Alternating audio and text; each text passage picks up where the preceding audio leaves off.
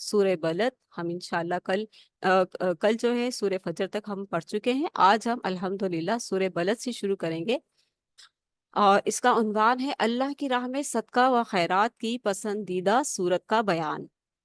اللہ کی راہ میں صدقہ و خیرات کی پسندیدہ صورت. شروع جو ہم نے شروعات کی تھی، جب ہم نے سورہ بقرہ کی شروعات کی تھی، تو اس میں بھی جب پہلی دوسری تیسری آیت میں کیا آیا تھا؟ بسم اللہ الرحمن الرحیم، الف لام میم ذالک الکتاب لا ریب فیہ ھدی للمتقین الذین یؤمنون بالغیب، وہ لوگ جو ایمان لاتے ہیں غیب پر، وَيُقِيمُونَ الصَّلَاةَ، اور وہ نماز قائم کرتے ہیں، وَمِمَّا رَزَقْنَاهُمْ يُنْفِقُونَ، اور اس مال میں سے جو ان کو دیا ہے اللہ تعالیٰ نے اس میں سے وہ خرچ کرتے ہیں. تو یہ بنیاد جو تھی وہ شروع ہی سے ہماری جو ڈالی گئی انسانی ہمدردی کی، اس وقت اس طرز سے نہیں بیان کیا گیا، لیکن آہستہ آہستہ، کیونکہ پورا قرآن ہم پڑھتے ہیں اور اللہ سبحانہ تعالیٰ ہمارا تزکیہ فرماتے ہیں، ہمیں طریقے سے جو ہے اس چیز کی ہماری جو ہے پوری تربیت کی جاتی ہے، ہمیں موٹیویٹ کیا جاتا ہے، اور ہم پالش ہوتے چلے جاتے ہیں، ہمارا تزکیہ، پھر اللہ سے محبت بڑھتی ہے، پھر ہم احکامات پہ عمل کی طرف آتے ہیں، پھر ہم اپنی ذمہ داری کو پہچانتے، پھر اپنی ذمہ داری کو پہچان کر اس کے پورے تقاضے ادا کرتے ہوئے ہم تمام احکامات پر عمل کرتے ہیں. یہ ہے کامیابی. ایسی کامیابی جو ہے، اب آپ دیکھیں کہ وہ حکم جو سورہ بقرہ میں اس طرح آیا تھا، اس وقت ایک جذبہ جگایا تھا، اور اب یہاں پر تکمیل کا وقت ہے، اب یہاں پر عمل کا وقت ہے، اب یہاں پر اللہ سبحانہ تعالیٰ کی رضا کے لیے باہر نکلنے کا وقت ہے، مال خرچ کرنے کا وقت ہے، اپنی جان مال لٹانے کا وقت ہے. یا الہی ہماری جان اور مال تجھ پر قربان، ہر چیز تیری ہی ہے، ہر چیز تجھ پر ہی قربان، تو بھی قبول فرما لے، تو بھی راضی ہو جا. آمین ثم آمین. سورہ بلد شروع کرتے ہیں. اللہ کی راہ میں صدقہ و خیرات کی پسندیدہ صورت کا بیان. سورہ بلد میں ایسے کردار کی مذمت کی گئی جو بڑے تکبر سے دعویٰ کرتا ہے کہ میں نے ڈھیروں مال صدقہ کیا. اللہ اکبر. یہ بہت خطرناک بات ہے. یہ جو بات ہے نا، بہت خطرناک ہے کہ اللہ تعالیٰ بچپن سے لے کر انسان اگر 40 سال کی عمر تک پہنچ گیا ہے، کیا جو کھلاتا نہیں ہے کھا رہا ہے نا انسان. کبھی اس نے پوچھا کہ میں تجھے اتنے عرصے سے کھلا رہا ہوں، جا تجھے نہیں کھلاتا؟ کبھی اللہ تعالیٰ نے کہا کہ میں تجھے اتنے عرصے سے کھلا رہا ہوں، کیا جا میں تجھے نہیں کھلاتا؟ اللہ تعالیٰ تو کبھی نہیں کہتا. وہ تو مرتے دم تک رزق دیتا رہتا ہے، لیکن انسان اتنا بڑا متکبر ہے. کیوں؟ کیونکہ وہ بڑا دھوکے باز اسے اس میں مبتلا کر دیتا ہے. وہ بڑا دھوکے باز کون ہے؟ شیطان. وہ انسان کو تکبر میں مبتلا کرتا ہے اور نیکی ضائع کروا دیتا ہے. تو اس کی مذمت کی گئی، ایسے کردار کی مذمت کی گئی صورت میں جو بڑے تکبر سے دعویٰ کرتا ہے کہ میں نے ڈھیروں مال صدقہ کیا. کیا اللہ اسے نہیں دیکھ رہا؟ اللہ کو تو وہ نیکی پسند ہے جو اس کی ہدایت کے مطابق اور اس کی رضا کی حصول کے لیے انجام دی جائے. اس کے نزدیک پسندیدہ صدقہ یہ ہے کہ پورے خلوص کے ساتھ ایسے ناداروں کی مدد کی جائے جن سے دنیا میں کسی بدلے کی امید نہ ہو. جن سے کسی بدلے کی امید نہ ہو.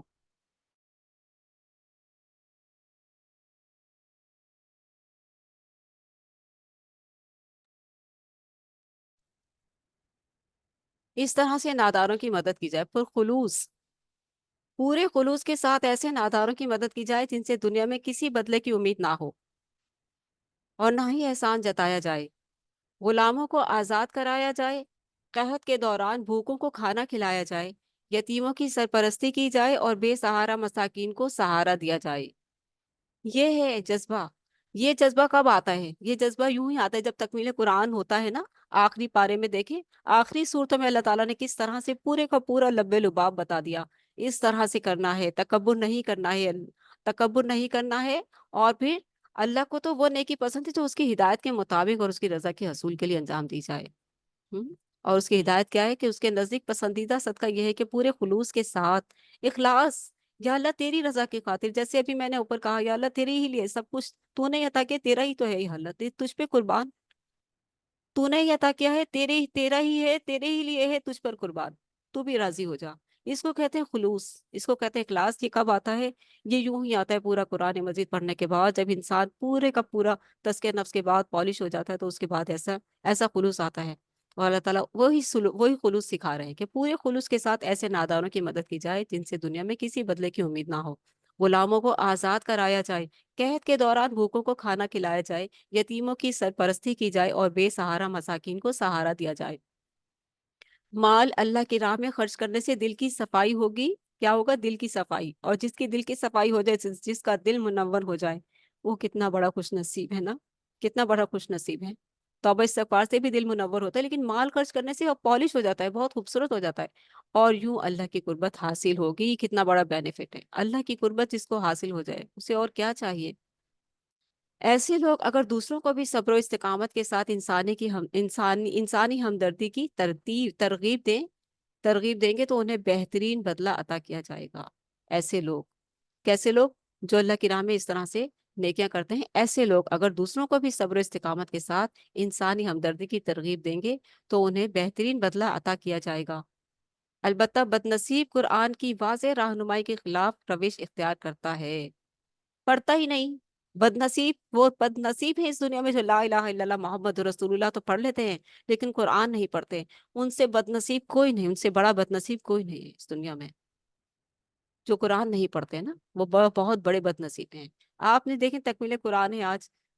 لاسٹ پارہ ہم پڑھ رہے ہیں، 30واں پارہ ہم پڑھ رہے ہیں. کس طرح سے اللہ سبحانہ تعالیٰ کی محبت بڑھ گئی، کس طرح سے ہمارا اخلاص درست ہوا ہے، کس طرح سے ہم اللہ تعالیٰ کے قریب ہوئے ہیں.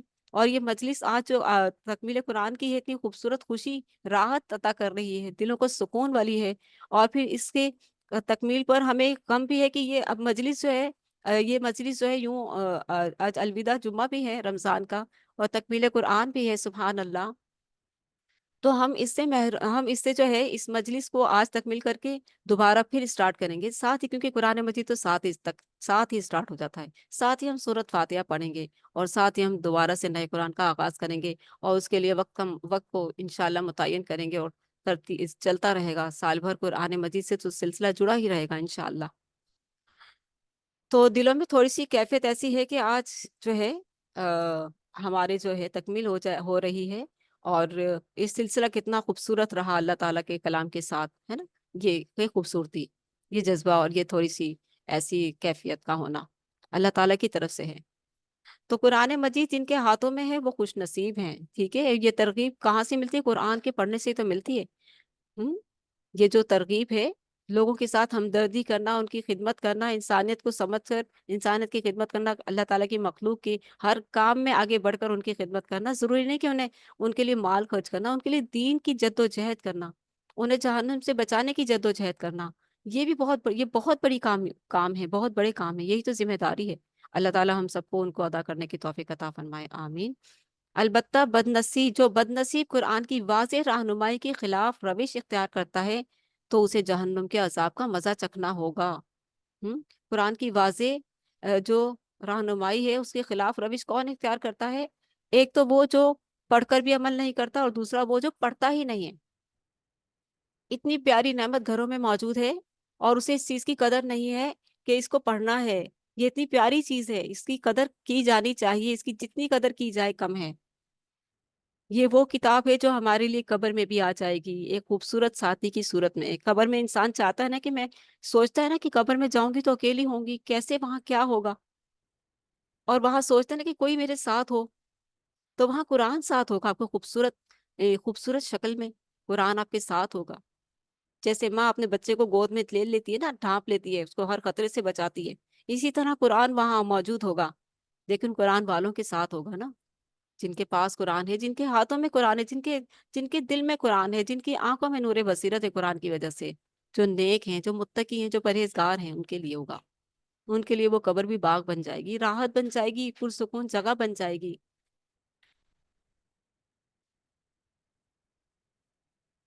سورہ لیل ہم پڑھنے جا رہے ہیں. پسندیدہ اور ناپسندیدہ کرداروں کا بیان. اس سورہ مبارکہ میں پسندیدہ اور ناپسندیدہ کرداروں کا ذکر ہے. اللہ کی نگاہ میں پسندیدہ کردار اس انسان کا ہے. پسندیدہ کردار اس انسان کا ہے جو اس کی راہ میں مال خرچ کرتا ہے. مال کی بات آ رہی ہے نا، مال کی بات آ رہی ہے نا، بار بار آ رہی ہے نا، بار بار آئے گی. اس لیے کہ اللہ تعالیٰ کا یہ پسندیدہ. ہم نے شروع میں ہی پڑھ لیا الذین یؤمنون بالغیب ویقیمون الصلاۃ ومما رزقناہم ینفقون. سورہ بقرہ میں شروع میں ہی اللہ تعالیٰ نے اس کو ہمیں یاد کروا دیا تھا. لیکن اب ہمیں زبردست طریقے سے پالش کی جا رہی ہے کہ کرنا ہے، یہ کام کرنا ہے، کرنا ہے، اس کو لازمی پکڑو، یہ کرنا ہے. عقیدے کی درستگی کے بعد نماز کی درستگی، نماز کی درستگی کے بعد مال کی خرچ کرنا اللہ کی راہ میں، اللہ انسانیت کی خدمت، اللہ کی رضا کی خاطر، اپنا اخلاص بھی درست رکھنا۔ یہ نہیں کہ میں واہ واہ ہوتی رہے میری، نہیں، ایسے واہ واہ والے لوگوں کی کوئی نیکی قبول نہیں ہوتی۔ تو یہاں پر کیا ہے، اللہ کی نگاہ میں پسندیدہ کردار ہے یہ، پسندیدہ کردار اس انسان کے جو اس کی راہ میں مال خرچ کرتا ہے۔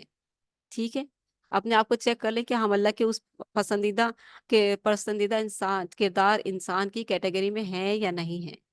ہم؟ جو اس کی راہ میں مال خرچ کرتا ہے، ہر معاملے میں اللہ کی نافرمانی سے بچتا ہے۔ یہ بھی آ گئی دوسری چیز۔ پہلی چیز کیا ہے، عقیدے کی درستگی کے بعد مال خرچ کرنا، مال خرچ کرنا۔ پھر ہر معاملے میں اللہ کی نافرمانی سے بچتا ہے اور حق کا بھرپور ساتھ دے، حق کا بھرپور ساتھ دے کر اس کی تصدیق کرتا ہے۔ ایسے انسان کے لیے اللہ جنت کی راہ آسان فرما دیتا ہے۔ ہم؟ حضرت ابوبکر صدیق رضی اللہ تعالیٰ عنہ کا بھی ذکر آتا ہے کہ ایسے انسان کے لیے اللہ جنت کی راہ آسان فرما دیتا ہے۔ اللہ ایسے انسان کے کردار کو ناپسند کرتا ہے جو بخل کرتا ہے، مال بچا بچا کر رکھتا ہے۔ اچھا ابھی میری تو یہ ضرورت ہے، میری تو وہ ضرورت ہے، ابھی تو مجھے یہ کام کرنا ہے، ابھی تو وہ کرنا ہے، بعد میں آنا، بعد میں آنا، بعد میں آنا، بات کبھی آئے گی نہیں، کبھی بھی نہیں آئے گی بات۔ مال کی اتنی ہرس ہے۔ ایسے انسان ایسے انسان کے کردار کو اللہ ناپسند کرتا ہے جو بخل کرتا ہے، کسی بھی معاملے میں جائز و ناجائز کی پرواہ نہیں کرتا اور حق کی دعوت کو جھٹلاتا ہے۔ ایسے کردار والے انسان کے لیے جہنم کی راہ آسان کر دی جاتی ہے۔ جب وہ جہنم میں گرایا جائے گا تو اس کا مال اسے کچھ کام نہ آئے گا۔ اللہ اکبر، کتنا بڑا خسارہ ہے نا، برا کردار اختیار کر کے۔ اللہ اکبر، جب وہ جہنم میں گرایا جائے گا تو اس کا مال اس کے کچھ کام نہ آئے گا۔ برا کردار اختیار کر کے ہم جہنم کے مستحق تو ہو جائیں گے، لیکن دنیا میں ہر خواہش پوری نہ کر سکیں گے، دنیا میں ہر خواہش پوری نہیں ہوگی۔ جتنا بھی مال آپ کو مل جائے، ہر خواہش پوری نہیں ہو سکتی دنیا میں، رکاوٹیں ہیں دنیا میں۔ آپ کو بہت اچھا سا کھانا کھانے کا دل کر، لیکن آپ کو ایسا مرض ہے آپ وہ نہیں کھا سکتے، رکاوٹ آ گئی نا، آ گئی نا رکاوٹ۔ بہت ساری خواہشیں نہیں پوری ہو سکتی، اس لیے وہ مال اللہ کی راہ میں خرچ کیا جائے۔ لہٰذا بہتری اسی میں ہے کہ دنیا میں نفسانی خواہشات کی پیروی کے بجائے وہ کردار اختیار کیا جائے جو اللہ کو پسند ہے۔ سورۃ الضحیٰ، اللہ اکبر، مایوسی دور کرنے کا نسخہ۔ سورۃ الضحیٰ وہ سورت ہے کہ جب نبی علیہ الصلوۃ والسلام پر وحی کا سلسلہ جاری رہتا تھا، لیکن یہ سورت جو ہے مسلسل 30 دن کے وقفے کے بعد اتری۔ 30 دن کا جو وقفہ تھا وحی کے نزول نہ ہونے کا، وہ رسول اللہ صلی اللہ علیہ وآلہ وسلم پر بہت بھاری تھا، بہت بھاری تھا۔ اب ہم پڑھتے ہیں کہ اس میں جو ہے کیا ہوا تھا۔ ایک بار نزول وحی میں طویل وقفہ ہوا اور وہ 30 دن کا تھا، ٹھیک ہے، وحی میں وقفہ ہوا اور 30 دن کا، اور جو وحی صبح شام اتر رہی ہو رب تعالیٰ کی طرف سے، اور اپنے محبوب کے لیے پیاری پیاری باتیں اتر رہی ہوں، پوری امت کے لیے احکام کا جو چیزیں ہیں وہ اتر رہی ہوں، اور وہ جو ہے پھر وہ رک جائے۔ تو ایک بار نزول وحی میں طویل وقفہ ہوا تو یہ گمان کر کے آپ صلی اللہ علیہ وآلہ وسلم پر مایوسی طاری ہونے لگی کہ شاید اللہ مجھ سے ناراض ہو گیا ہے، اللہ مجھ سے ناراض ہو گیا ہے۔ کبھی انسان پر آزمائش تھوڑی طویل ہو جاتی ہے نا، تو انسان سمجھتا ہے جو نیک متقی پرہیزگار ہوتے ہیں ان کو خود بخود خیال آتا ہے، وہ تو ہادی رہبر تھے، وہ تو رحمت للعالمین تھے، خاتم النبیین تھے، امام الانبیاء تھے، وہ بھی مایوس ہو گئے کہ کہیں اللہ مجھ سے ناراض تو نہیں، اور یہ مایوسی طاری ہونے لگی شاید کہ اللہ مجھ سے ناراض تو نہیں ہو گیا۔ دن گزرتے جا رہے ہیں، صبح شام تڑپ تڑپ پر یا اللہ وہی نہیں آ رہی، یا اللہ اللہ مجھ سے ناراض تو نہیں، اللہ مجھ سے ناراض تو نہیں ہو گیا، وہی کیوں نہیں آ رہی، وہی کیوں نہیں آ رہی، میرا رب مجھ سے ناراض تو نہیں ہو گیا، کیا ہو گیا میرے رب، کیا ہو گیا، مجھ سے کیا غلطی ہو گئی میرے مالک۔ اللہ تعالیٰ کا امر ہے یہ، اللہ تعالیٰ کا امر ہے یہ، اللہ تعالیٰ بندے کی اس تڑپ کو چاہتا ہے، بندے کی محبت کو چاہتا ہے اللہ تعالیٰ، کہ اللہ تعالیٰ نے جو روح ڈالی نا انسان کے اندر، یہ جب تڑپتی ہے نا رب کے لیے، یہ امر ہے، اس کو امر کہا ہے، اس کو امر ہے یہ۔ اللہ تعالیٰ کہتا ہے کہ تم سب کے سب نیک ہو جاؤ تو میں تم سب کو لے جاؤں اور ایک ایسی قوم کو لے آؤں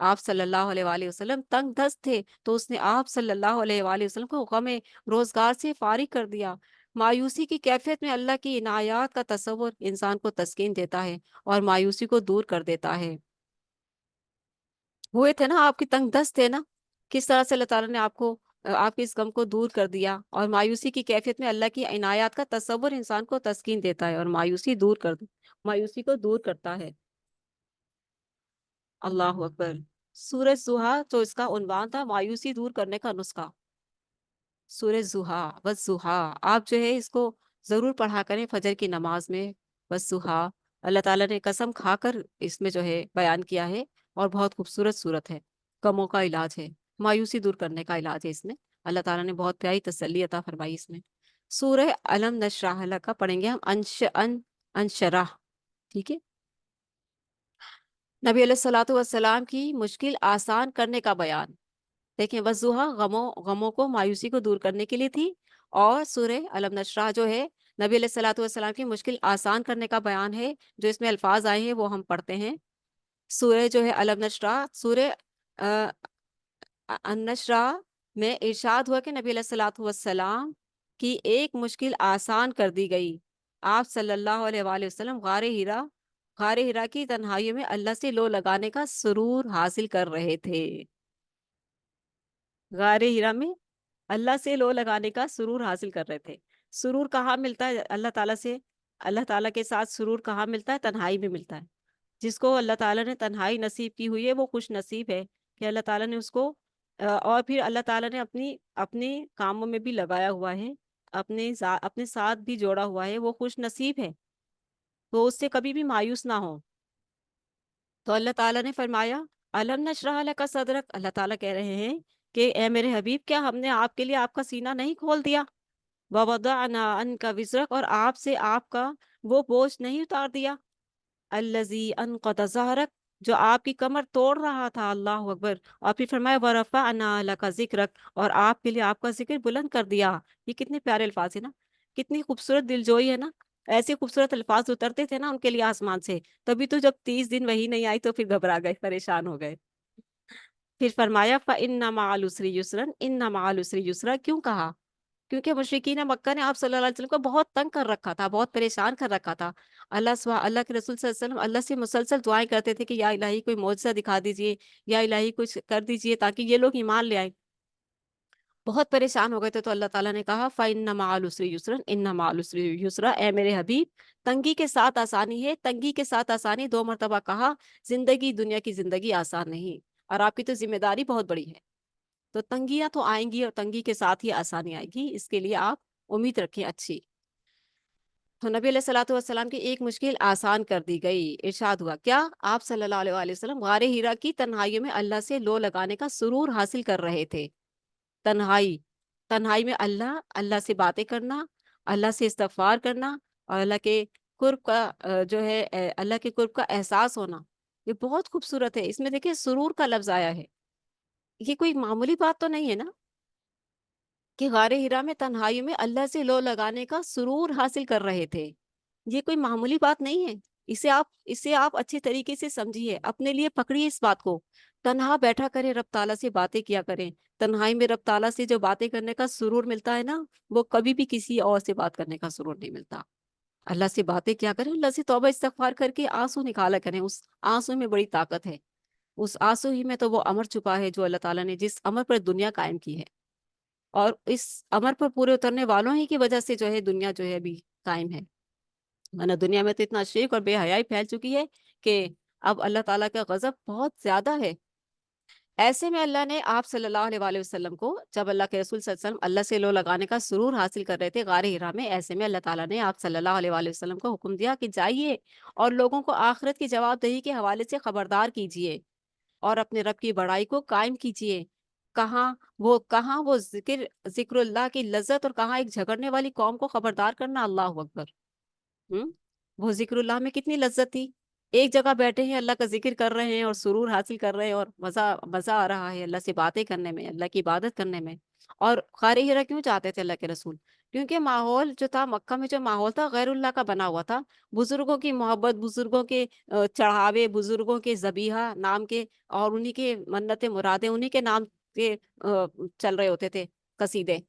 اللہ کا تو کوئی ذکر ہی نہیں کرتا تھا، تو اللہ کے رسول صلی اللہ علیہ وسلم اس چیز سے بیزار ہو کر غار ہرا میں چلے جاتے تھے، اور وہاں بڑی بڑی شدت کے ساتھ اللہ کے ساتھ تعلق قائم ہوتا تھا، اللہ کے رسول کا، جس میں ان کو سرور حاصل ہوتا تھا۔ اب وہ ایک سرور کی کیفیت اور دوسری ذمہ داری بہت بڑی، کہ کہاں وہ ذکر اللہ کی لذت، اور کہاں ایک جگڑنے والی قوم کو خبردار کرنا، ان کی گستاخیاں برداشت کرنا، اور ان کے اور اللہ کے دشمنوں سے مارکا آرائی کر کے دین حق کو غالب کرنا۔ یہ کتنی بڑی ذمہ داری تھی نا۔ آپ صلی اللہ علیہ وآلہ وسلم اس بھاری ذمہ داری سے بوجھل ہو رہے تھے، پریشان ہو گئے۔ کچھ عرصے بعد آپ صلی اللہ علیہ وآلہ وسلم کو یہ انشراح صدر ہوا، یعنی کہ یہ جو صورت ہے یہ ہوا کہ میری اس مشقت سے بہت سے لوگوں کی اصلاح ہوگی، اور وہ دنیا میں ظلم اور آخرت میں جہنم کی آگ سے بچ جائیں گے۔ یہ لیکن کچھ عرصے کے بعد آپ صلی اللہ علیہ وآلہ وسلم کو انشراح صدر ہوا کہ میری اس مشقت سے، یعنی کہ آپ صلی اللہ علیہ وسلم کو دل میں الہام جیسے نہیں ہوتا کہ تسکین جیسے مل جانا، سینہ کھل جانا، سینہ کھل گیا اس کام کے لیے۔ جبھی تو اللہ تعالیٰ نے کہا الم نشرح لک صدرک ووضعنا عنک وزرک الذی انقض ظہرک ورفعنا لک ذکرک فإن مع العسر یسرا ان مع العسر یسرا، کہ اللہ کے رسول خود سمجھ گئے کہ میری اس مشقت سے بہت سے لوگوں کی اصلاح ہوگی، اور وہ دنیا میں ظلم سے اور آخرت میں جہنم کی آگ سے بچ جائیں گے۔ یہ ہے انسانیت کا جذبہ، پہلے مقام پر مال خرچ کرنا، اور دوسرے مقام پر یہ جذبہ۔ یہ بہت قیمتی جذبے ہیں جو اب ہم آخری پارے میں ہم پڑھ رہے ہیں، اور ہم اللہ تعالیٰ ہماری پالش فرما رہے ہیں۔ یہ بہت خاص چیزیں ہیں، ٹھیک ہے، انہیں غور سے سمجھیے کہ آپ صلی اللہ علیہ وآلہ وسلم اس بھاری ذمہ داری سے بوجھل ہو رہے تھے، لیکن کچھ عرصے بعد آپ صلی اللہ علیہ وآلہ وسلم کو شرح صدر ہوا، اور کہ میری اس مشقت سے بہت سے لوگوں کی اصلاح ہوگی، اور وہ دنیا میں ظلم سے اور آخرت میں جہنم کی آگ سے بچ جائیں گے۔ ہمارے اندر کتنا جذبہ ہے، ہم اپنی ذمہ داری کو سمجھتے ہیں۔ اب آپ صلی اللہ علیہ وآلہ وسلم کے بعد کوئی رسول نہیں آئے گا، اب امت محمدیہ کی یہ کام کی ذمہ داری ہے۔ ہم کتنے لوگوں کے لیے جہنم سے بچنے کا ذریعہ بن رہے ہیں، ہم کتنے لوگوں کے لیے جہنم سے بچانے کا ذریعہ بن رہے ہیں، ہم کتنے لوگوں کے لیے مال خرچ کر رہے ہیں، ہم اللہ سے کتنی محبت کرتے ہیں، ہمارا اخلاص کیا ہے؟ کیا ہم اللہ اور اس کی رسول کی اطاعت میں یہ کام کر رہے ہیں؟ اللہ کی رضا کی خاطر یہ کام کر رہے ہیں، اپنے پیارے حبیب صلی اللہ علیہ وسلم کی اطاعت کر رہے ہیں یا نہیں کر رہے؟ یا ہم اپنی دنیاوی لذتوں میں لگے ہوئے ہیں، یہ بنا لو، وہ کر لو، یہ ہو جائے، وہ ہو جائے۔ آپ اپنے آپ کو چیک تو کریں کہ قرآن مجید ہمارا بالکل بالکل رائٹ، بالکل سوچنے کا زاویہ ہی چینج کر دیتا ہے، ہمیں ایسا زبردست سوچ دیتا ہے، ایسی خوبصورت اس میں جو ہے ہماری تبدیلی کر دیتا ہے، کہ ہم دنیا کی یہ جو حقیر سی جگہ ہے، دنیا جو کھیل تماشے کی جگہ ہے، اس سے ہم باہر آ جاتے ہیں، اس کی لذتوں سے، اس کی محبت سے ہم باہر آ جاتے ہیں۔ ہمیں آخرت کی فکر ہونے لگتی ہے، ہمیں اللہ کی رضا کی فکر ہونے لگتی ہے۔ اللہ نے آپ صلی اللہ علیہ وآلہ وسلم کو، کیونکہ یہاں پر جو لفظ آیا نا کہ نبی علیہ الصلوۃ والسلام کو شرح صدر ہوا، کیونکہ وہ انسانیت کی رحمت للعالمین تھے، ان کا شرح صدر ہوا، اور انہوں نے سمجھ لیا کہ اس مشقت سے بہت سے لوگوں کی اصلاح ہوگی، اور وہ دنیا میں ظلم سے اور آخرت میں جہنم کی آگ سے بچ جائیں گے۔ اللہ نے آپ صلی اللہ علیہ وآلہ وسلم کو اس مشقت کا بدلہ یہ دیا کہ آپ صلی اللہ علیہ وآلہ وسلم کا ذکر خیر بلند فرما دیا، ورفعنا لک ذکرک۔ جو لوگ مشکلات خندہ پیشانی سے جھیلتے ہیں، جو لوگ مشکلات خندہ پیشانی سے جھیلتے ہیں، بعد میں انہیں ہی آسانیاں میسر آ جاتی ہیں۔ فَإِنَّ مَعَ الْعُسْرِ يُسْرًا إِنَّ مَعَ الْعُسْرِ يُسْرًا۔ دنیا کی زندگی آسان نہیں ہے، کوئی نہ کوئی مسئلے مسائل آتے ہی رہتے ہیں۔ نبی علیہ الصلوۃ والسلام کو تلقین کی گئی کہ وہ دعوت و تبلیغ اور غلبہ دین کے لیے دن بھر محنت کریں، دن بھر محنت کریں، اور رات میں، البتہ رات میں اللہ سے لو لگانے کی لذت حاصل کرنے کے لیے تہجد میں ٹھہر ٹھہر کر قرآن پڑھیں، کیونکہ اللہ کے رسول صلی اللہ علیہ وسلم نبوت سے پہلے ہی غار ہرا میں اللہ کے ذکر کی لذت لے رہے تھے، اللہ کے ساتھ تنہائی میں، اللہ سے باتیں کرنے کی لذت، اللہ کے ذکر کی لذت، وہ انہیں بہت سکون دیتی تھی۔ جب اللہ تعالیٰ نے ان کو اس سرور میں مکمل کر دیا، اب ذمہ داری ڈالی۔ جب محمد صلی اللہ علیہ وسلم کی محبت جو تھی اللہ کے ساتھ پیک پر پہنچ گئی نا، اس سرور کو اللہ کے رسول نے پیک پر پا لیا، تو پھر جو ہے وہ اب ذمہ داری، اب ذمہ داری، ذمہ داری، ایسی ذمہ داری، ایسے لوگوں کو تبلیغ کرنا تھا جو جھگڑالو قوم تھی۔ اللہ اکبر۔ پھر اللہ تعالیٰ نے آپ کے لیے آسانی فرمائی۔ سورہ 3، انسان کی عظمت کا بیان۔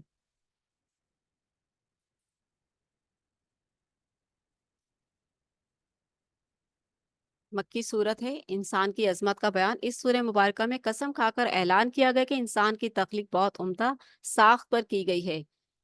انجیر کی قسم سے انجیر کی قسم سے اشارہ حضرت نوح علیہ السلام کی طرف ہے، کیونکہ ان کے علاقے میں اس پھل کی کثرت تھی۔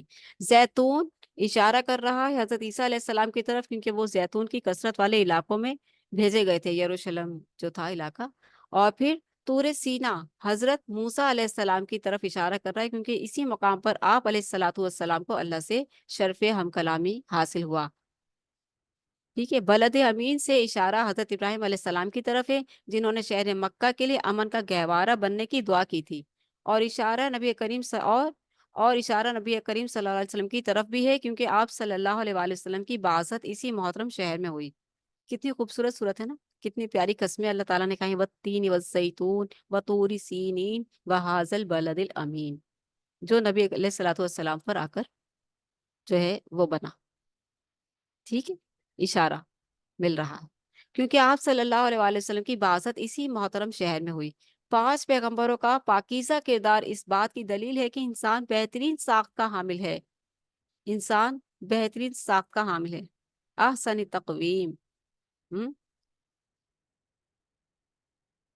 لقد خلقنا الانسان فی احسن تقویم، کہ انسان جو ہے وہ بہترین ساخت کا حامل ہے۔ اصل انسان دراصل اس کی روح ہے۔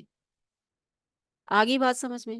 یہ ہم لبے لباک پڑھ رہے ہیں بہت، پورے قرآن مجید کے پڑھنے کے آنے کے بعد اب ہماری جو پالش ہو رہی ہے نا، وہ یہ ہے، اصل انسان دراصل اس کی روح ہے، جس کی وجہ سے وہ مسجود ملائکہ بنا۔ اللہ نے پہلے انسان کی روح کو وجود بخشا، اور پھر اسے بدن میں ڈال کر دنیا میں بھیج دیا۔ ہم؟ اللہ نے پہلے انسان کی روح کو وجود بخشا، اور پھر اسے بدن میں ڈال کر دنیا میں بھیج دیا۔ وجود کیا ہے؟ انسان کا بدن، ٹھیک ہے نا، پھر روح ڈال کر دنیا میں بھیج دیا۔ اب مارکا روح و بدن شروع ہو گیا۔ بدن کے لیے انسان کتنی کوششیں کرتا ہے نا، سجاتا ہے، سنوارتا ہے، صحت کا خیال رکھتا ہے، کھاتا ہے، پیتا ہے، اور اپنی بیوٹی کا بھی خیال رکھتا ہے۔ لیکن روح کی بیوٹی کہاں گئی؟ روح کی خوبصورتی کا کسی نے خیال رکھا اس طرح سے جیسے اپنے جسم کا خیال رکھتے ہیں، اپنی بیوٹی کا خیال رکھتے ہیں؟ کبھی سوچا ہے کہ اس کا بھی تو پورا ہے ہمارے جسم میں؟ جب وہ نکالی جائے گی تو کیا فرشتے، کون سے فرشتے آنے ہیں؟ کون سے فرشتے آنے ہیں؟ اپنے عمل کو چیک کر لے، پتہ چل جائے گا۔ یہ بات ہی انسان کو سیدھا کر دے گی، اگر سیدھا ہونا ہے تو، کہ اب مار کا روح و بدن شروع ہو گیا۔ روح کا تعلق اللہ سے ہے، لہٰذا وہ انسان کو اللہ کی طرف لے جانا چاہتی ہے۔ بدن مٹی سے بنا ہے، اور وہ انسان کو مٹی سے پیدا ہونے والی سہولیات کی طرف کھینچتا ہے نا، دنیا کی لذتوں کی طرف۔ اور روح کیونکہ روح اللہ کی طرف لے کر جاتی ہے، یعنی کہ اللہ سے تعلق بناتی ہے۔ جب روح مضبوط ہوتی ہے تو جب اللہ کی محبت، اللہ سے تعلق بڑھتا ہے تو روح بھی تقویت پاتی ہے، روح بھی قوت پکڑتی ہے۔ ایک انسان کا روح اور جسم دونوں تقویت والا ہو، اور ایمان سے لبریز ہو، اور اللہ کی محبت میں لبریز ہو، اخلاص سے لبریز ہو، اللہ کی محبت کے ہر نیکی، اللہ اخلاص جو ہے اس کی، ہر نیکی کا جو اخلاص ہے وہ اللہ کی رضا اور محبت ہو، اور وہ نیکی کے کام کر رہا ہو، ایسے لوگوں کا کیا ہی کہنا، اور وہ انسانیت کی خدمت کر رہا ہو اللہ کی عبادت کے ساتھ۔ ہم؟ یہ سارے کام کس نے کیے؟ نبی علیہ الصلوۃ والسلام نے کیے۔ ہم بھی تو ان کے امتی ہیں نا، ہماری بھی تو کچھ ذمہ داری بنتی ہے، کچھ تو حصہ ڈالیے کہ وہ انسان کو، جو روح ہے، روح کا تعلق اللہ سے ہے، لہٰذا وہ انسان کو اللہ کی طرف لے جانا چاہتی ہے، یعنی کہ اللہ سے جوڑنا چاہتی ہے، اللہ سے تعلق بنانا چاہتی ہے، اللہ کا ذکر، اللہ سے استغفار، اللہ سے محبت، یہ ہے وہ تعلق۔ اور پھر اللہ ہی کی طرف لوٹ جانا، آسمانوں کی طرف اٹھائی جاتی ہے نا۔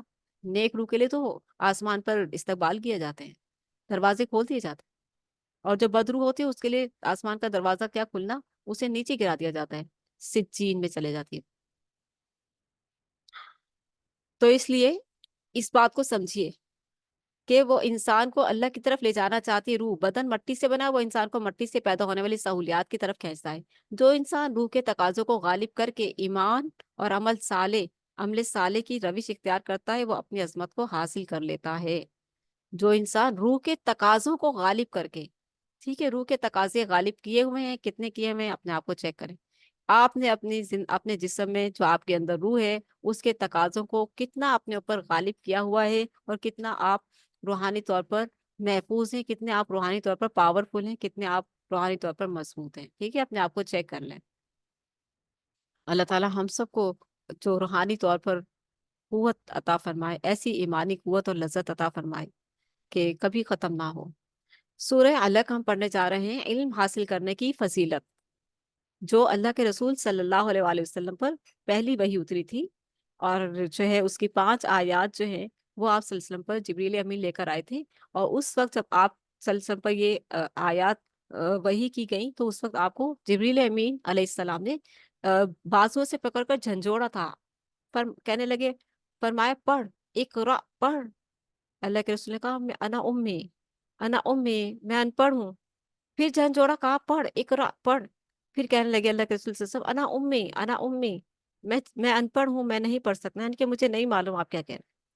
تو پھر جبریل امین نے تیسری مرتبہ جب جھنجھوڑا تو بہت زیادہ زور سے جھنجھوڑا کہ آپ صلی اللہ علیہ وسلم گھبرا گئے، بہت زیادہ گھبرا گئے،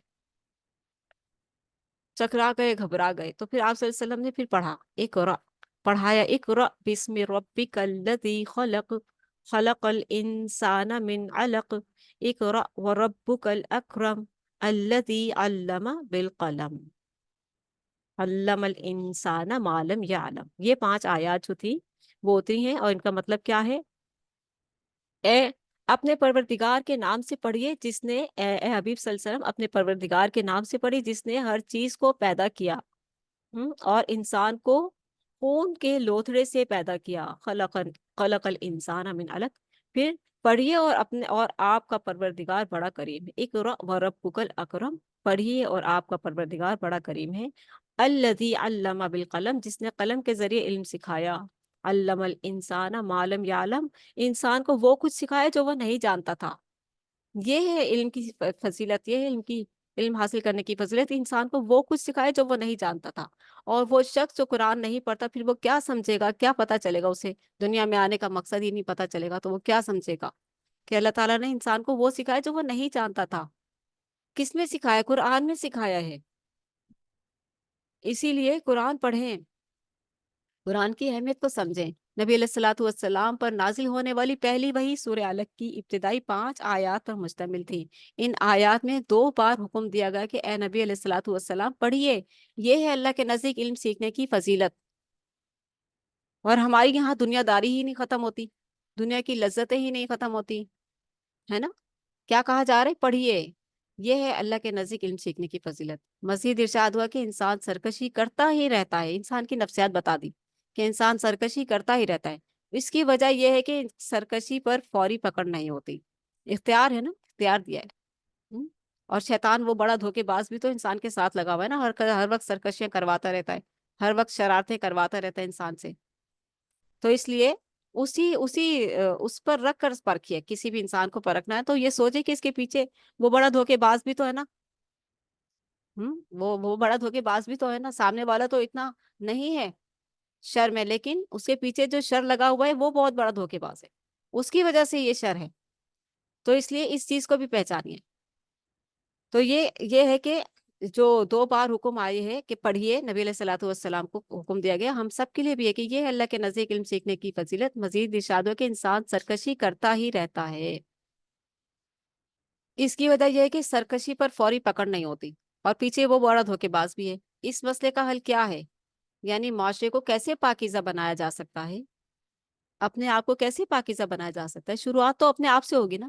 اس سوال کا جواب ہے آخرت میں اللہ کے سامنے جواب دہی کا احساس پیدا کرنا، اللہ کے سامنے کھڑے ہونے کا احساس پیدا کرنا کہ کس منہ سے وہاں کھڑے ہونا ہے، کیا تیاری کی ہے۔ جتنا جتنا انسان میں خوف خدا اور محاسبہ اخروی کا احساس بڑھتا جائے گا، وہ سرکشی کو چھوڑتا اور کردار کی پاکیزگی کو اپناتا جائے گا۔ اللہ تعالی ہم سب کو توفیق عطا فرمائے، آمین۔ سورہ قدر، قدر والی رات کی عظمت کا بیان۔ اور رمضان المبارک کا مہینہ آخری عشرہ چل رہا ہے، اور آخری عشرے میں ہم سب کی پوری کوشش ہے کہ ہمیں جو ہے ہم سب کو لیلۃ القدر جیسی نعمت نصیب ہو۔ اللہ تعالی ہم سب کو نصیب فرمائے۔ فرمایا انا انزلناہ فی لیلۃ القدر، کس کی فضیلت بیان کی جا رہی ہے؟ کس چیز کی فضیلت بیان کی جا رہی ہے اس رات میں؟ یہ رات فضیلتوں والی کیوں ہے؟ کس کی وجہ سے، کس وجہ سے، کس چیز کی وجہ سے ہے؟ فرمایا ہم نے اس قرآن کو شب قدر میں نازل کیا، اس قرآن کی وجہ سے، اس قرآن کی وجہ سے۔ وما ادراک ما لیلۃ القدر، اور اے حبیب صلی اللہ علیہ وسلم آپ کو کیا معلوم کہ شب قدر کیا ہے؟ لیلۃ القدر خیر من الف شہر، شب قدر 1000 مہینوں سے بہتر ہے۔ تنزل الملائکۃ والروح فیہا باذن ربہم من کل امر، روح اور فرشتے، روح کیا ہے؟ روح کون ہے؟ یہاں پر روحیں اترتی ہیں؟ نہیں، روحیں نہیں اترتی ہیں، یہ کانسیپٹ اپنا درست کر لیں۔ بہت سے لوگ کہتے ہیں کہ روحیں اترتی ہیں، کوئی روح وہ نہیں اترتی، وہ وہاں پر ہیں، عالم برزخ میں ہیں، ٹھیک ہے؟ وہ کوئی روح نہیں آتی، اس بات کو کلیئر کر لیں۔ روح کہتے ہیں روح الامین، جبریل امین کو، ٹھیک ہے؟ جبریل امین فرشتوں کے سردار، وہ اترتے ہیں، اور فرشتے، روح اور فرشتے اس رات میں اپنے پروردگار کے اذن سے ہر حکم لے کر نازل ہوتے ہیں، یعنی کہ جبریل امین ہے وہ رات، جبریل امین اور فرشتے، جبریل امین فرشتوں کے سردار ہیں۔ پھر فرمایا سلام ہی حتی مطلع الفجر، وہ رات سراسر سلامتی ہے طلوع فجر تک۔ اللہ تعالی ہم سب کو نصیب فرمائے۔ سورہ قدر میں شب قدر کی فضیلت کی وجہ یہ بیان کی گئی کہ اس رات میں قرآن نازل کیا گیا، یہ رات بڑی قدر والی رات ہے، اس رات کی عبادتیں 1000 مہینوں کی عبادت سے بڑھ کر ہیں۔ اللہ تعالیٰ نے لوح محفوظ سے شب قدر کی رات میں بیت المعمور پر قرآن مجید اتارا، اور پھر اللہ تعالیٰ نے 23 سال کے عرصے میں نبی علیہ الصلوۃ والسلام کے قلب مبارک پر قرآن مجید تدریجاً اتارا، ٹھیک ہے؟ تو اس رات کی اس وجہ سے بہت فضیلت ہے، اس رات کی عبادت 1000 مہینوں کی عبادت سے بڑھ کر ہے۔ اللہ تعالیٰ ہم سب کو نصیب فرمائے۔ یہ فضیلت ہے، یہ فضیلت طلوع فجر تک جاری رہتی ہے۔ اس شب میں فرشتے اور جبریل امین، روح الامین یعنی جبریل امین اہل زمین کے لیے سال بھر کے فیصلے لے کر اترتے ہیں۔ اللہ تعالیٰ ہم سب کے لیے اللہ تعالیٰ کی عافیت عطا فرمائے، آمین، اور ہم سب کو لیلۃ القدر نصیب فرمائے۔ سورہ بینہ، کھرے اور کھوٹے کے جدا ہونے کا بیان۔ عنوان سے ہی دیکھیں کہ کتنی سمجھ آ جاتی ہے نا، کھرے اور کھوٹے، اپنے آپ کو چیک کریں گے۔ اس سورہ مبارکہ میں واضح کیا گیا کہ بینہ یعنی واضح دلیل قرآن حکیم اور سنت رسول صلی اللہ علیہ وآلہ وسلم کے مجموعے کا نام ہے۔ اس بینہ نے آ کر اہل کتاب اور مشرکین میں سے کھرے اور کھوٹے کو جدا کر دیا۔ اہل کتاب کون تھے؟ امت محمدیہ سے پہلے یہود و نصارہ، اور مشرکین کون تھے؟ جو مکہ میں رہتے تھے۔ ان سب میں کیا کر دیا؟ کھرے اور کھوٹے کو جدا کر دیا۔ دور جاہلیت میں بظاہر فلاحی کام بہت سے لوگ کرتے تھے، فلاحی کام تو کر رہے ہیں، پیچھے نیت اللہ ہے ہی نہیں، پیچھے نیت اللہ کی رضا ہے ہی نہیں، تو پھر کیسے کام ہوگا؟ لیکن اگر اللہ ہے، اللہ کی نیت ہے، اللہ کی محبت ہے، تو پھر تو وہ بہت بڑی، کیونکہ عیسائی بھی تو بہت فلاحی کے کام کرتے ہیں نا، لیکن مشرک ہیں، انہوں نے اللہ کا بیٹا بنا رکھا ہے، ان کے سارے فلاحی کام ضائع، بلکہ ان کی مشرک کی تو کوئی نیکی قبول ہے ہی نہیں، اور بدعتی کی بھی کوئی نیکی قبول نہیں ہے۔ اگر اپنے عمل میں کوئی بدعت ہے تو اس کی توبہ کیے بغیر کوئی عمل قبول نہیں ہوگا، اور بدعت کی کون توبہ کرتا ہے؟ وہ تو نیک عمل ہے، اس کی کون توبہ کرے گا؟ شیطان کبھی آئے نہیں دے گا اس کو توبہ کی طرف۔ نیک عمل کی بھی کوئی توبہ کرتا ہے؟ جو سوالہ کلمے پڑے ہوئے ہیں، جو بدعتوں پہ جو اتنے عمل کیے ہوئے ہیں، 40ویں تیجے اور یہ ساری چیزیں، ختم درود، ان کی کون توبہ کرتا ہے؟ یہ تو نیکی کے کام ہے، لیکن بدعت ہے نا، کرنی پڑے گی توبہ، تبھی تو جو صحیح کام ہے جو اللہ اور اس کے رسول کے بتائے ہوئے ہیں وہ کرنے پر ان کا اجر ملے گا، ورنہ وہ اجر نہیں ملے گا۔ اگر بدعتی عمل آپ کے عمل میں شامل ہے اور آپ نے اس کی توبہ نہیں کی تو آپ کی کوئی عمل قبول نہیں۔ یہ میں نہیں کہہ رہی، اللہ کے رسول صلی اللہ علیہ وسلم فرما کر گئے ہیں، ٹھیک ہے؟ تو اس لیے اپنے آپ کو چیک کر لیں، کھرے اور کھوٹے پہ جو ہے یہاں پر یہ چیز بھی چیک کر لیں کہ اپنے اعمال کو چیک کر لیں کہ اللہ اور اس کے رسول کی اطاعت کے مطابق ہیں یا آپ نے بھی بنائے ہوئے شامل کر رکھے ہیں۔ تو اور مشرک اور بدعتی ان کی کوئی عبادت قبول نہیں، مشرک کی تو کوئی عبادت قبول نہیں جب تک کہ وہ صحیح ایمان پر نہ آ جائے، صحیح توحید پر نہ آ جائے، اور بدعتی جب تک بدعت سے توبہ نہ کر لے، ٹھیک ہے؟ اپنے آپ کو چیک کر لیں۔ قرآن مجید جو ہے انسان کو سیدھا کر دیتا ہے، اور جو سیدھا ہونا چاہتا ہے وہ ہو جاتا ہے، اور جو نہیں سیدھا ہونا چاہتا وہ ایسے کہتا ہے نہیں ایسی بات نہیں ہے، تو ایسے ہی کہہ رہی ہیں، تو ان کی تو ہم تحقیق کریں گے پہلے۔ تحقیق کر لیں بھائی، تحقیق کرنا اچھی بات ہے، اور جو تحقیق کے بغیر کہیں گے یہ تو ایسے ہی کہہ رہی ہیں کہتی رہتی ہیں، تو وہ پھر بہت مشکل میں ہے۔ ٹھیک ہے، دور جاہلیت میں بظاہر فلاحی کام بہت سے لوگ کرتے تھے، بینہ کے آنے کے بعد واضح ہو گیا کہ کس کا فلاحی کام اللہ کے لیے ہے، مثلا حضرت ابوبکر صدیق رضی اللہ تعالیٰ عنہ، اور کس کا کام ذاتی نام و نمود کے لیے ہے، مثلا ابو جہل۔ بینہ کے ذریعے اللہ نے حکم دیا کہ ابو جہل کیا کون تھے؟ سردار تھے نا، خانہ کعبہ اور اس کی صفائی ستھرائی اور حاجیوں کی خدمت، یہ سب کرتے تھے۔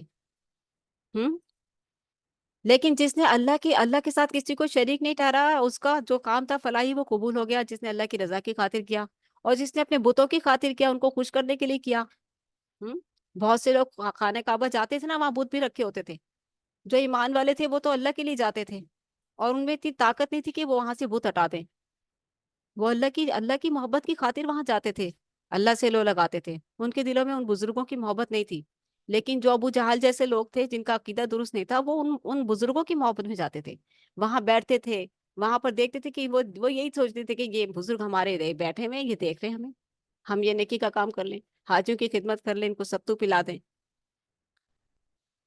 یہ آگی بات سمجھ میں کہ کسی کا فلاحی کام اللہ کے لیے ہے، مثلا حضرت ابوبکر صدیق رضی اللہ تعالیٰ عنہ جنہوں نے اللہ کے لیے کیا، اور کس کا کام ذاتی نام و نمود کے لیے، مثلا ابو جہل۔ یہ تو میں نے ایک مثال بتا دی اس وقت کے ماحول کی، معاشرتی ماحول کی، جو اللہ اور بتوں سے متعلق تھی، جو میں نے ابھی بیان کی ہے۔ بینہ کے ذریعے اللہ نے حکم دیا کہ ہر معاملے میں اللہ کی بندگی کرو، بالکل یکسو ہو کر، یہی بالکل سیدھا راستہ ہے۔ اس سیدھے دین پر نہ چلنے والے بدترین مخلوق ہیں، اس سیدھے راستے پر نہ چلنے والے بدترین مخلوق ہیں۔ تو اب اس سے بڑا اور کیا جملہ ہو سکتا ہے؟ وہ انسان جو کرتے پھرتے ہیں تکبر کے مارے، ہم میں واہ واہ، ہم، کیا ہے؟ بدترین مخلوق ہیں، ان کی سزا جہنم کی بھڑکتی ہوئی آگ ہے۔ اس کے برعکس حق پر ایمان لانے اور اچھے اعمال کرنے والے بہترین مخلوق ہیں، حق پر ایمان لانے والے، اللہ وحدہ لا شریک کو واحد رب ماننے والے، اور اسی کی خاطر سارے کام کرنے والے، اسی کو راضی کرنے کے لیے سب کام کرنے والے، یہ ہیں اچھے اعمال۔ دو ہی تو چیزیں ہیں، رب تعالیٰ پر سچے دل سے ایمان لے آؤ، اللہ وحدہ لا شریک، اس کے ساتھ کوئی شریک نہیں، اور اسی کی خاطر ہر نیک کام کیے جاؤ، اسی کی رضا کی خاطر، اسی کی محبت کی خاطر ہر نیک کام کرنا، بس یہی تو ہے۔ کوشش کر لیں، کامیاب ہو جائیں گے۔ ان کے لیے وہ دائمی باغات ہیں، یہ دیکھیں پھر اجر بھی اللہ تعالیٰ نے بڑا رکھا ہوا ہے نا، ایسے تو نہیں اللہ تعالیٰ نے یہ دو چیزیں، ان کا مقام کتنا ہے، اللہ پر وحدہ لا شریک پر، اکیلے اللہ پر ایمان لانا، اسی کی عبادت کرنا، اسی کی تعظیم کرنا، اسی سے دعائیں کرنا، اسی کے نام کے نظر و نیاز کرنا، اور کوئی شریک نہ ہو اس چیز میں، اور اسی کی رضا کی خاطر، اسی کی محبت کی خاطر سارے نیک کام کرنا، یہ ہیں۔ تو ان کے لیے کیا ہے؟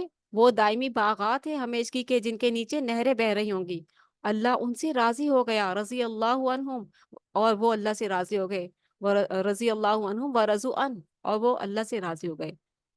یہ نعمت اسے ملے گی جو دنیا میں اپنے رب سے ڈرتا رہا۔ اللہ تعالی ہم سب کو یہ نعمت عطا فرمایا۔ سورہ زلزال، روز قیامت زمین کی کیفیت و کردار کا بیان۔ یہ سورہ مبارکہ آگاہ کر رہی ہے کہ روز قیامت زلزلہ آنے کی وجہ سے زمین اپنے اندر مدفون تمام انسانوں کو نکال دے گی، پھر وہ ان تمام اعمال کا حال بتائے گی جو اس پر انسانوں نے کیے تھے، یعنی زمین بتائے گی، بتائیں، اور انسان پھر کیا بولے گا؟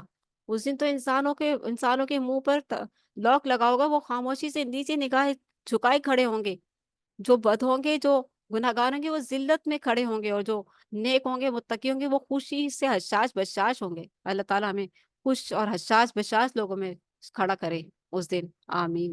تمام انسان اپنے اپنے اعمال کے اعتبار سے گروہوں میں تقسیم ہو جائیں گے، جس نے ذرہ برابر نیکی کی ہوگی وہ اسے درج پائے گا۔ کرامن کاتبین لکھ رہے ہیں نا، دو فرشتے جو ہمارے کاندھوں پر بیٹھے ہیں، دائیں والا جو ہماری نیکی اور بائیں والا جو ہماری برائیاں لکھ رہا ہے، وہ سب پائے گا، ٹھیک ہے، وہ اسے درج پائے گا، جو بھی اس نے نیکیاں برائی کی ہوگی، اور جس نے ذرہ برابر برائی کی ہوگی وہ اسے بھی لکھا ہوا پائے گا۔ ہر چیز لکھی جا رہی، انسان کے منہ سے لفظ نکلنے کے لیے تیار ہوتا بعد میں، پہلے لکھنے والا تیار بیٹھا ہے، ٹھیک ہے۔ نکلتا بعد میں، لکھنے والا تیار پہلے بیٹھا ہے۔ کرامن کاتبین اسے کہتے ہیں، دو فرشتے، تسنیہ۔ سورہ عادیات، انسان کی ناشکری کا بیان، انسان کی ناشکری کا بیان۔ سورہ عادیات میں انسان کے کردار کا گھوڑے کے کردار سے موازنہ کیا گیا ہے۔ گھوڑا اپنے مالک کا انتہائی وفادار ہوتا ہے۔ ہم؟ گھوڑا ایک جانور ہے اور مالک کون ہے اس کا؟ انسان۔ لہٰذا انسان کو جھنجھوڑا جا رہا ہے کہ تو اپنے مالک کا کتنا وفادار ہے۔ ایک جانور ہو کر وہ تیرا اتنا وفادار ہے، تیرے لیے اپنی جان تک قربان کر دیتا ہے، اور مجمع میں گھس جاتا ہے جس پر تو سوار ہوتا ہے، اور تیرے ساتھ وہ کچھ نہیں دیکھتا اور گھس جاتا ہے مجمع میں، اور تم جنگیں کرتے ہو اس پر بیٹھ کر، مار کا آرائی کرتے ہو، وہ تمہاری کتنی فرما برداری کرتا ہے، کس وجہ سے؟ کہ تم اسے کھانا دیتے ہو، چارہ ڈالتے ہو، اور وہ رب جو تمہیں زندگی بھر کھلا رہا ہے، تم اس کی کتنی فرما برداری کرتے ہو، تم اس کے کتنے وفادار ہو۔ یہ بتایا جا رہا ہے کہ مالک گھوڑے کا خالق نہیں، اور نہ ہی اس کی خوراک پیدا کرتا ہے، وہ تو صرف اللہ کی پیدا کرتا خوراک گھوڑے کے سامنے ڈال دیتا ہے، یہی کرتا ہے نا، چارہ ڈالتا ہے اس کو، اور گھوڑا اپنی جان کی پرواہ کیے بغیر ہر مہم میں مالک کا ساتھ دیتا ہے۔ کیسے دوڑتا ہے نا، اوپر مالک سوار ہے اس کے، اور وہ اس کو جہاں لے کے جانا چاہتے وہاں دوڑتا ہے، اس کے اندھا دھند دوڑتا ہے۔ تو یہاں یہ بتایا جا رہا ہے کہ اللہ انسان کا خالق ہے اور اسے تمام ضروریات عطا فرماتا ہے، لیکن انسان اللہ کا بڑا ناشکرا ہے۔ وہ اللہ کی محبت و رضا کو پس سے پشت ڈال کر مال کی محبت کو ترجیح دیتا ہے۔ روز قیامت قبروں کو قرید کر ہر انسان کو نکالا جائے گا، پھر اس کے اعمال کے پیچھے کار فرمان نیتوں کو پیچھے جانچا جائے گا۔ اللہ اس روز کی رسوائی سے ہمیں محفوظ فرمائے، آمین۔ اللہ تعالیٰ ہمیں ہمارے مالک کو پہچان کر اس کی خالص عبادت اور اس کی خالص تعریف کرنے کی توفیق عطا فرمائے، یا اللہ ہم سب کو اپنا پرہیزگار اپنے پیارے بندوں میں شامل فرما لیجیے، آمین۔ سورہ قاریہ، روز قیامت کی ہولناک آفت۔ سورہ قاریہ میں خبردار کیا گیا کہ روز قیامت زوردار زلزلے کی صورت میں بڑی زبردست آفت برپا ہوگی۔ لوگ بکھرے ہوئے پتنگوں کی طرح منتشر ہوں گے، اور پہاڑ دھن کی ہوئی اون کی طرح اڑ رہے ہوں گے۔ فیصلے نیکیوں کے وزن کے مطابق وزن کی بنیاد پر ہوں گے، فیصلے نیکیوں کے وزن کی بنیاد پر ہوں گے۔ اس دن وزن کیا جائے گا، تولے جائیں گے نیکیاں۔ جن کی نیکیوں کا پلڑا بھاری ہوا وہ جنت میں عیش کریں گے، اور جن کی نیکیوں کا پلڑا ہلکا ہوا وہ بھڑکتی ہوئی آگ میں جلتا رہے گا۔ اللہ اکبر۔